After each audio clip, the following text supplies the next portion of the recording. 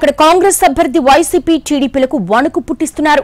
Party బలం కంటే personal image ను వర్కౌట్ చేసుకోవడంలో ఆయన చీల్చే ఓట్ల ఎఫెక్ట్ ఎవరి మీద పడుతుంది అన్న విశ్లేషణలు పెరుగుతున్నాయి. కాంగ్రెస్ అభ్యర్థి వెంట ఉన్న సామాజిక వర్గాలు ఏవి, ఆ కులాలు గతంలో ఏ పార్టీకి మద్దతిచ్చాయి, ఇంతకీ ఏదా నియోజకవర్గం, ఎవరా నాయకుడు? బాపట్ల జిల్లా చీరాల మాజీ ఎమ్మెల్యే ఆమంచి కృష్ణమోహన్ తిరిగి కాంగ్రెస్ గూటికి చేరారు. అదే పార్టీ తరపున చీరాల అభ్యర్థిగా పోటీ చేశారు.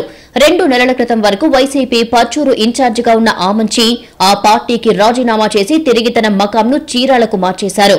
గతంలో టీడీపీని వీడి వైసీపీలో చేరిన సందర్భంలో ఓ రేంజ్ లో ఆ పార్టీ అధినేతను ఆడేసుకుని బయటికి వచ్చిన ఆమంచి ఈసారి మాత్రం అందుకు భిన్నంగా వైసీపీ అధినేత సీఎం జగన్ ను ఒక్క మాట అనలేదు.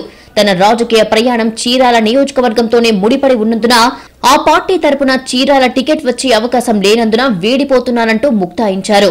వైసీపీ అధిష్టానం చివరి నిమిషంలో అయినా తనకు చీరాల నుంచి ఛాన్స్ ఇస్తుందని ఆశించిన ఆమంచికి చివరికి టీడీపీ నుంచి వెళ్లిన కరణం వెంకటేష్ కు ఇవ్వడంతో అసంతృప్తికి గురయ్యారు. చివరికి కాంగ్రెస్ గూటికి చేరి బరిలో దిగడంతో చీరాలలో ముక్కోణపు పోటీ అనివార్యమైంది. ఇక్కడ టీడీపీ తరపున ఎంఎం కొండయ్య పోటీ చేశారు. 2014లో కాంగ్రెస్ ను వీడిన ఆమంచి కృష్ణమోహన్ నవోదయ పార్టీ తరపున పోటీ చేసి గెలిచారు.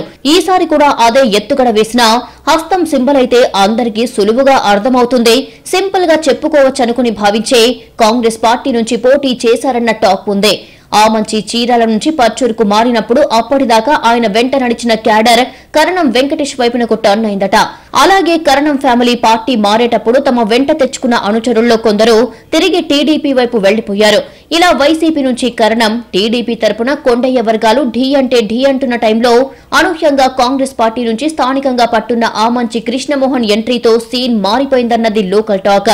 ఇప్పుడు ఆయన ఎవరిని దెబ్బ కొట్టబోతున్నారు, లేక ఇద్దరిని కొట్టేస్తారా అన్న చర్చ జరుగుతోంది. ఆయన సొంత సామాజిక వర్గం కాపు నేతలతో పాటు మత్స్యకార, ఎస్సీ, దేవాంగ, పద్మశాలి ఓటు బ్యాంక్ చీలిపోయి ఉండవచ్చన్న అంచనాలు ఉన్నాయి. ఆమంచికి టర్న్ అయి ఉంటాయని భావిస్తున్న ఓట్లు ప్రధానంగా తెలుగుదేశం పార్టీకి అనుకూల సామాజిక వర్గాలు కావడంతో ఆ పార్టీకి ఎంతో కొంత దెబ్బ పడవచ్చన్న విశ్లేషణలు ఉన్నాయి. అదే సమయంలో టీడీపీ అభ్యర్థి మాలకొండయ్యది యాదవ సామాజిక వర్గం కావడంతో ఆ కులం ఓట్లు వైసీపీ నుంచి కూడా టీడీపీకి టర్న్ అయి ఉండవచ్చని భావిస్తున్నారు.